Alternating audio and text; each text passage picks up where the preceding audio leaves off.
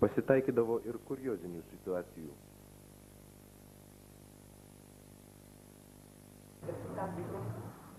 Tuo pačiu, dirbdama gydytoja, pradžioje aš buvau vaikų gydytoja, paskui tik tapau šeimos gydytoja. Aš matydavau, kaip atveda į polikliniką vaiką ir vaikas iki metų serga ir serga ir serga.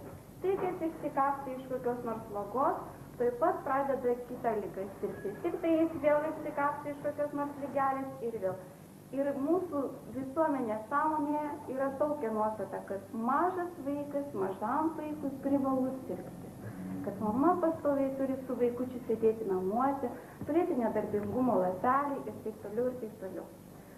Na ir kai laukiausi vaikų, aš turiu jų 2, vienam yra 4 metai, kitam yra 2.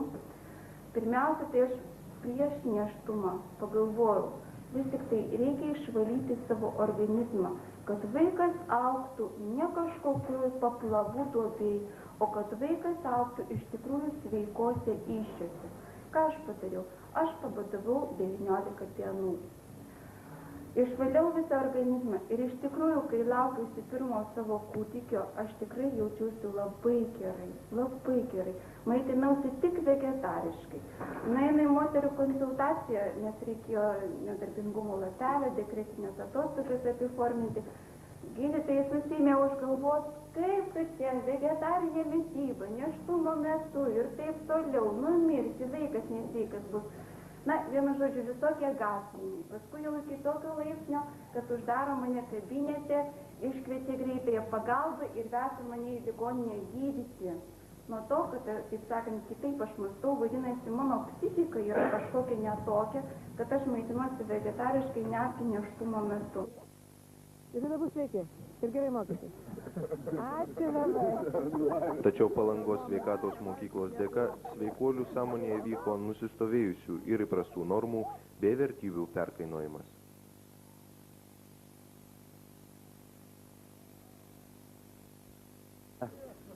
Tokių pavyzdžių daug, pavyzdžiui, einu ir vaiks sako, tėtis sako, kaip jis gerai gyvena, kokią pilį, sakau, labai blogai jis gyvena, jis iki stotelės negali nueiti. Aš galiu pasakyti, kad aš šiandien tikrai laiminga, kai aš matau tiek žmonių, kurie sveikai gyvena, ir visas tas darbas, kurį mes visi darėm, kad su dainium tikrai neveltui ir aš labai džiaugiuosi jūs matydama. Pirmą kartą Lietuvoje aš žymėta pasaulinė ligonių diena. Ir dėja, ligonių Lietuvoje yra daug. Ir kokios priežastys neanalizuosiu, nenusakysiu, tai nesveika gyvensena, apie ką mes gerai žinom, tai bus nelaimė, vaikai serga, taip toliau. Ir aš nuoširdžiai linkiu, kad kitais metais, kai bus pasaulinė ligonių diena, kad jūs niekada nebūtumėt ligonių tarpe, kad būtumėt tų tarpe, kurie lankys ligonius. Mano sielai šiandien šventė, mano sielai šiandien šventė. Valio!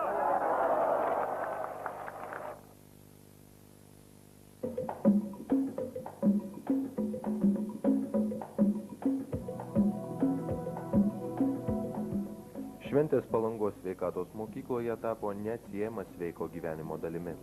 Sausio 1 dieną solidarumo su pasaulio sveikuoliais maudynės. Maudynės Velykų rytą, pusė valandos prieš patekant saulei, nes, kaip sakoma liaudies išminties, toks žmogus pusę metų neserga.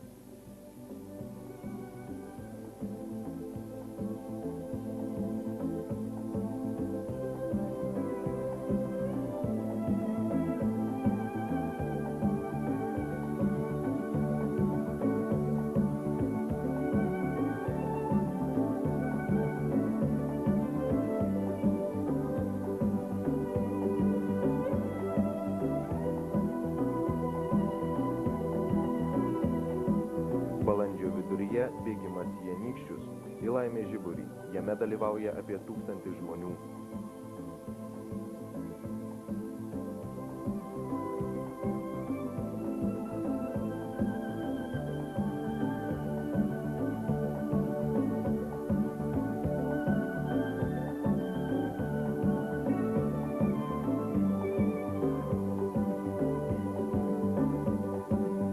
Vasaros pradžioje anūkų, senukų ir tėvelių žaidynės. Vidurvasarį turizmo stovykla.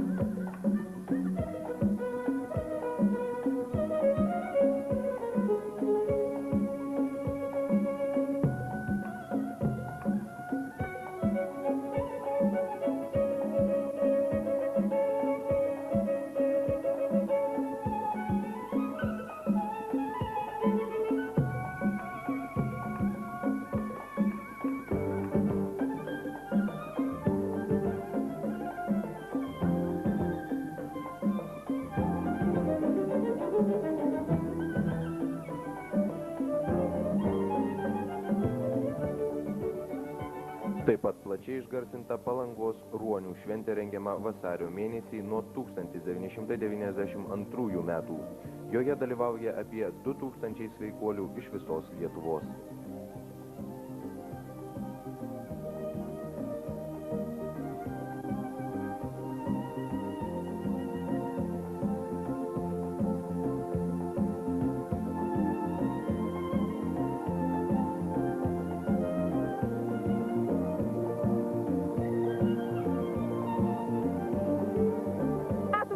Atėjom, nulipom ir patiko.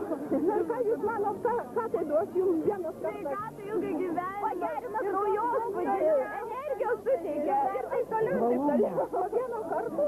Ne, čia kelias atsigerimo laivas. Nu, atidarėm sezoną vasarą. Kadangi čia turbūt matot, aš truputį neapskaičiavau, ledai yra ledai, bet tai neturi visiškai jokios reikšmės. Svarbiausia, kad kūnas to norėjo. Buvo truputėlį balsas, bronchai, man taip, vienu žodžiu, kūnų reikalingas buvo stresas, kad palikti visas lygas jūroje. A namie irgi maudotės? Būtinai. Ir kurgi jūs taip žiemą ekite randat? Mūsų yra ežeras labai geras, net geriau negu kaip jūra išėva. Bet vis tiek atvažiavo dėl to, kad daug žmonių susirenka, kad smagu. Atvažiavo į jūrą pažiūrėti, jūrą įsimaudyti. O vasarą irgi būna? Būtinai kiekvienai šventėje stengiamės dalyvauti.